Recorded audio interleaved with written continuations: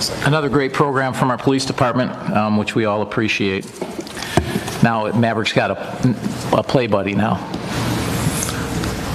Semi-annual police department activity update.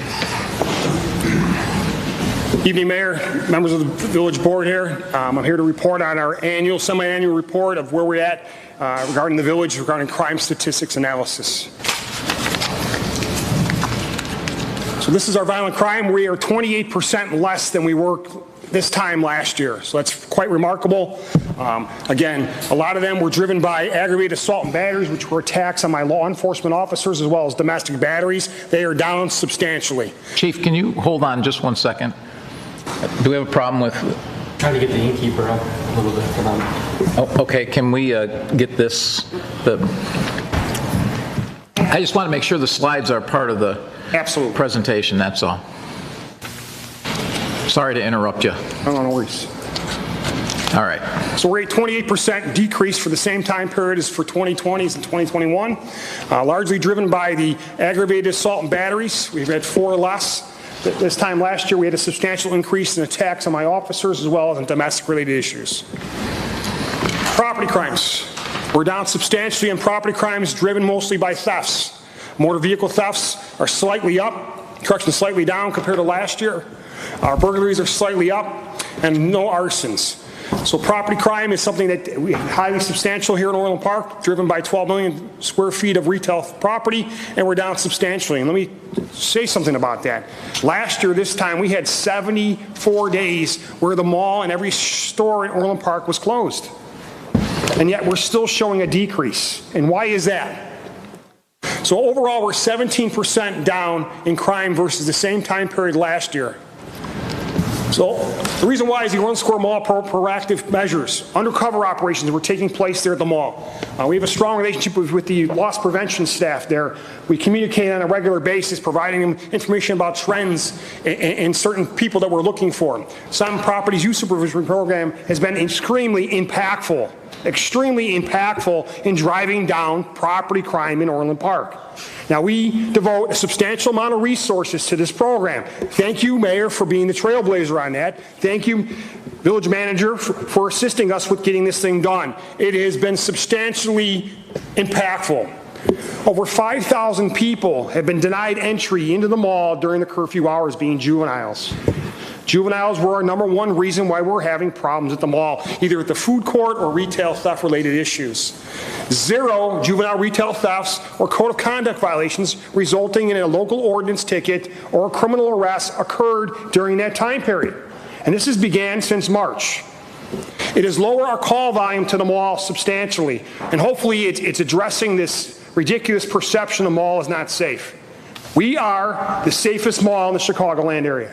Let me repeat myself. We are the safest mall in the Chicagoland area. We got the data to prove it. And the youth supervision program adds to that impact. So we did have 1 retail theft during that time period of curfew, and that was an adult. Nothing we can control about that. So retail theft analysis. This is where it's been impactful for us.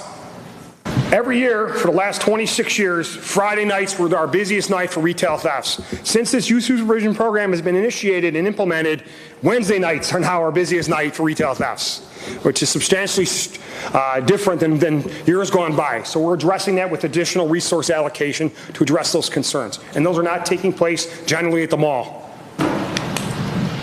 Call for service Tuesdays, again, continue to be our hottest and busiest day in Orland Park. A lot of calls coming into the station complaints, things that occurred over the weekend, and Mondays apparently they weren't able to get into the PD. So Tuesdays, again, continue to be the day that we've seen the most call volume. Criminals look like they want to take the weekend off. I'm hoping they take every day off here in Orland Park, to be quite frank with you. Mental health calls. Some bad news, some good news. The bad news, we're 38% increased number of mental health calls. 1 in 5 people in the U.S. have some form of mental illness, according to NAMI. Over 49 million people suffer some form of mental illness in America, okay? Why a 39% increase? Some of it has to do with this. We're doing some social media. We're doing some discussions. We're doing meetings with people. groups. We're out there as a community letting people know that if you have a mental illness, that's okay. That's okay. We're trying to reduce that stigma. If you need help, we're here to help you. And that Trinity collaboration agreement that we have with them through the federal grant has been extremely beneficial for the citizens of Orland Park and people who come to Orland Park, because approximately 30% of the calls we get dealing with mental illness are non-residents. The good news is a 12% decrease in psychiatric committals. Before, we would send our officer to the scene and then have to go to the hospital. And that would take about 4 to 5 hours of downtime for an officer. That's a lot of obligated time for an officer not being in his beat, being proactive and addressing other concerns. So this has been a reduction with that. Furthermore, we have Trinity that's going to the hospital, and we do have to commit somebody for a psychiatric evaluation. So we have a mental health provider talking the same language as a psychiatrist at the hospital, which is extremely beneficial. So now they understand truly what's going on here with these people. But here's some bad news. Our weapon offenses are up. We're averaging 1 firearm seized every 5 days now in Orland Park. On the street. 1 every 5 days. These are the arrests. 39 arrests in 2021. 80% of the offenders were previously arrested. They spent some time in Cook County Jail or in some lockup somewhere.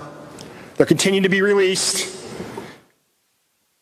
and then coming into Orland Park with a firearm. 18 aggravated unlawful use of weapons, and these are not just your standard everyday weapons. These are high caliber weapons with a lot of ammunition. 3 unlawful weapons by a felon with a weapon, 3 of them, Class X felonies. 6 unlawful use of weapon charges. 1 concealed carry license violation, only 1. And that person was a DUI who had his weapon inside his car. Generally, the public who has a CCL, we have no concerns with. It's the offenders that do not have that CCL who are out here armed, who've had a prior criminal arrest. That's where our threat is.